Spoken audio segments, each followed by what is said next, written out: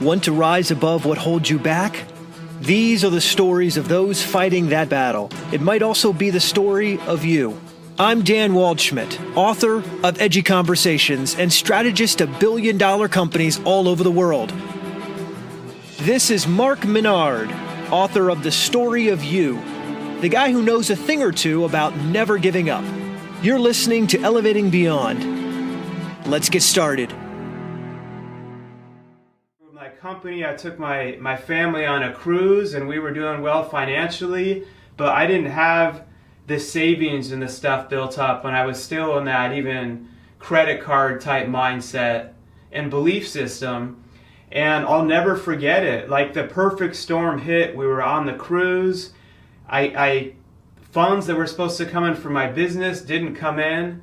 So I'm like having this anxiety attack. I'm not enjoying it with my family. I'm trying to find Wi-Fi in there. I'm moving money from bank to bank, making sure my team's getting paid.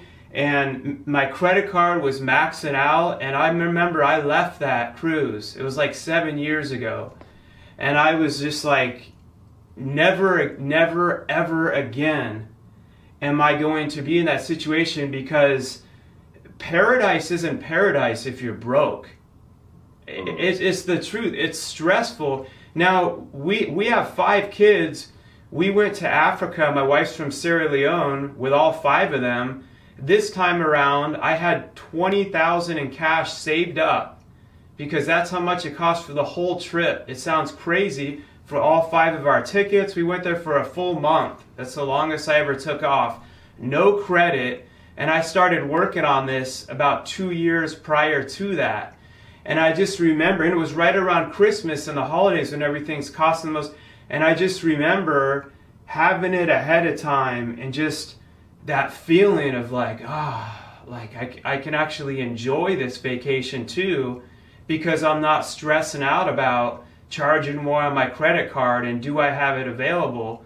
But going back to your point and what you teach in your book from all these studies, it's putting that hard work in and learning these different systems that you teach and applying them over time. No, it really does. And what you walk through during of feeling that stress and that anxiety, what you did was, Mark, you made that wisdom, meaning you learned from it and you grew from it. You knew that was your defining moment where you said, I wasn't going to deal with that anymore. And I think a lot of people out there, studies show 80% of people are living paycheck to paycheck.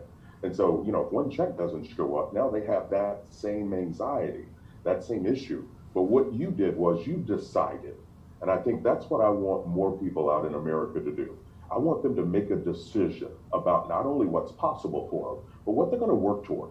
I think potential is one of the most wasted resources that we have in our country. We can do some things, and it doesn't matter where you come from.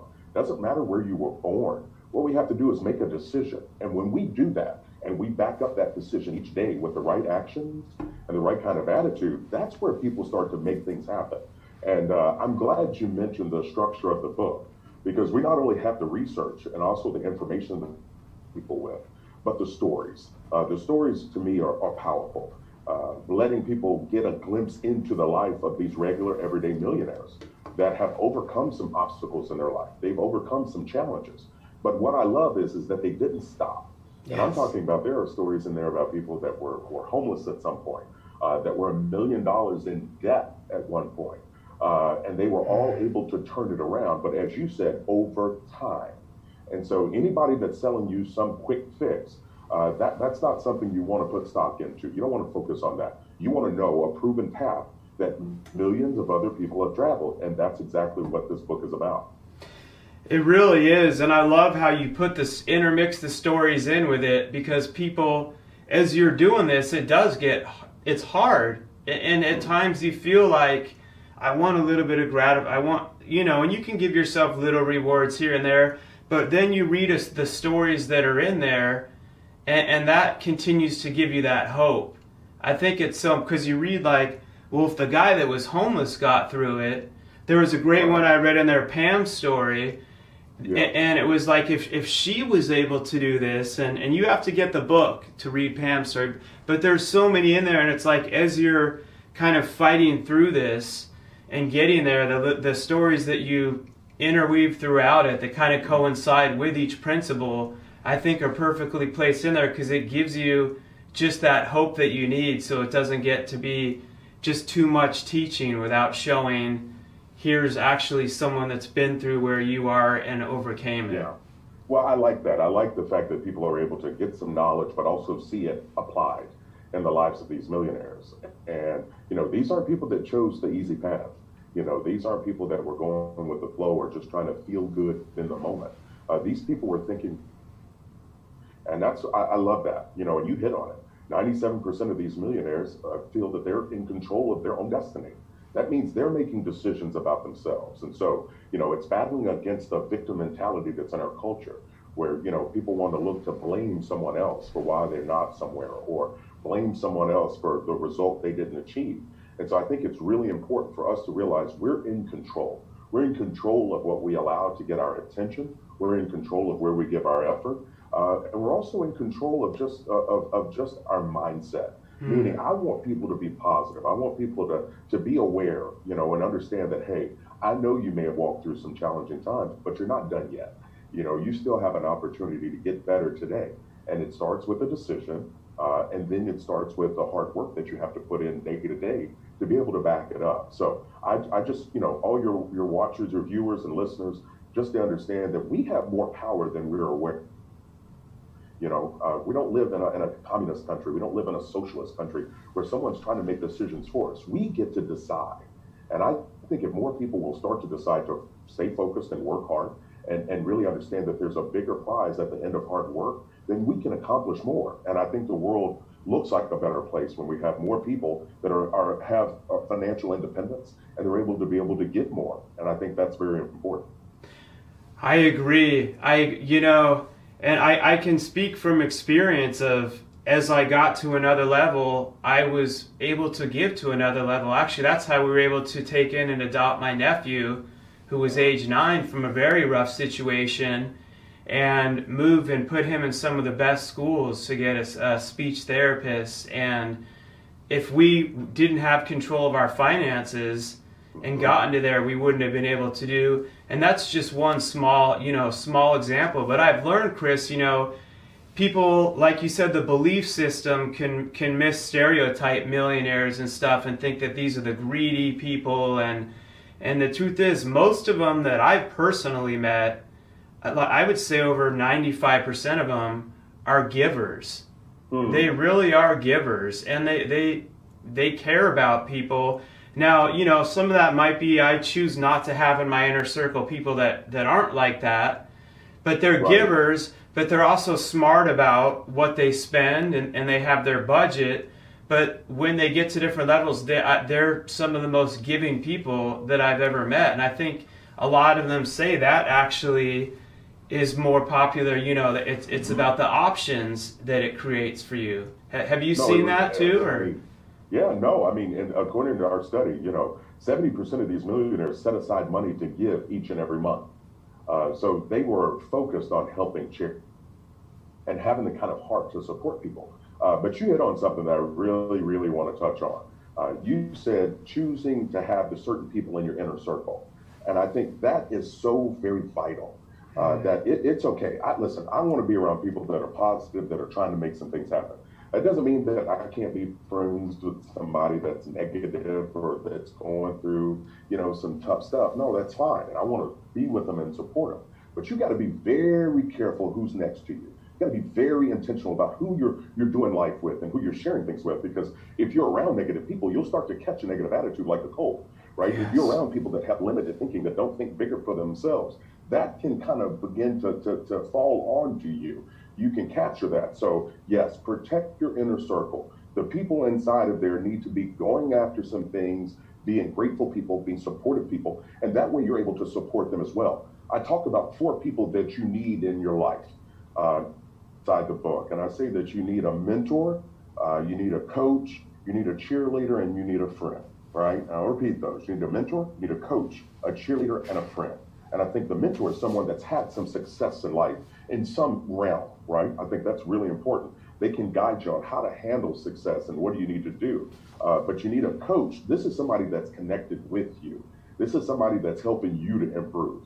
and really guiding you in certain areas. And a cheerleader, well, that's somebody that just believes in you. That typically for me, Mama Hogan is definitely a cheerleader for me.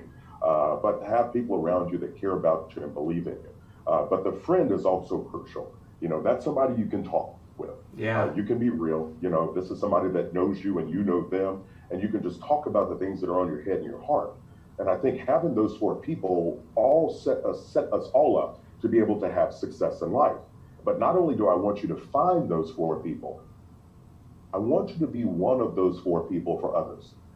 And I think that just helps us to shape ourselves and to not get too self-absorbed, but to understand that there are people out there that need help and need guidance. And I think, if we all begin to have more of that mentality, we can make more of an impact than we ever thought was possible. Yeah, amen to that. I mean, that's 100% correlates to everything to do with what you're talking about, how they become millionaires, about being a better you. I mean, it applies to the leadership that you teach about all the time, to everything.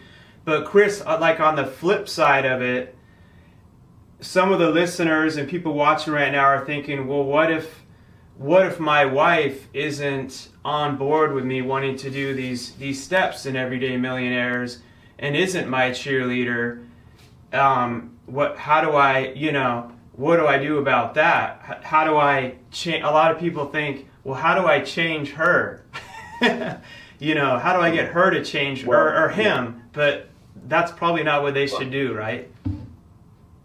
Go ahead. No, it is, for me, having played in sports, I know the value of teams. I know it's important to have a good teammate, to have somebody that you're able to move forward with.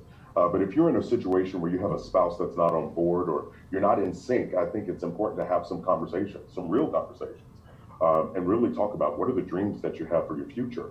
And talking about dreams, what it can do is allow you to start to gain better understanding, but to also make some adjustments.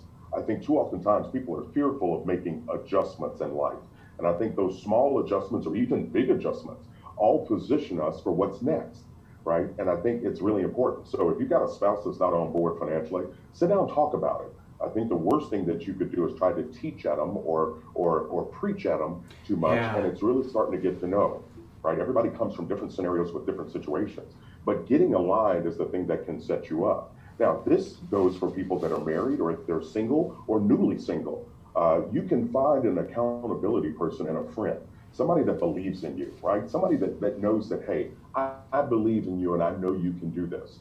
And so getting that accountability partner is going to be really, really important as you start to move forward. So if your spouse isn't on board, have conversations, have some serious conversations, and really talk about it. But most of the time, if I've met anyone that have kids, every parent out there wants better for their kids, right? Every parent wants their kids to have better than what they had.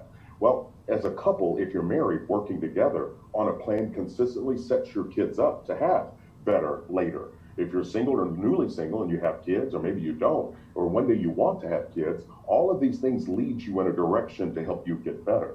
So that's my thought with that. And I think having and being open and honest, it can really kind of pave the way for progress. I agree 100%. That's good advice, Chris. Some people, it helps them to know when you're making some of these changes, beliefs. It may be new to your significant other, and you're going out of their comfort zone, and it's pulling them out. So you said it. You hit the nail on the head when you said, because we can get excited about it and be preaching and like, oh, this is amazing. Let's start this. Right. And they're like, whoa, what do you mean? Like, cut up every credit card. What? And if you that communication is key, and as you said, you continue to communicate and progress and unify over time, then they start to see the results with you, and then absolutely you see where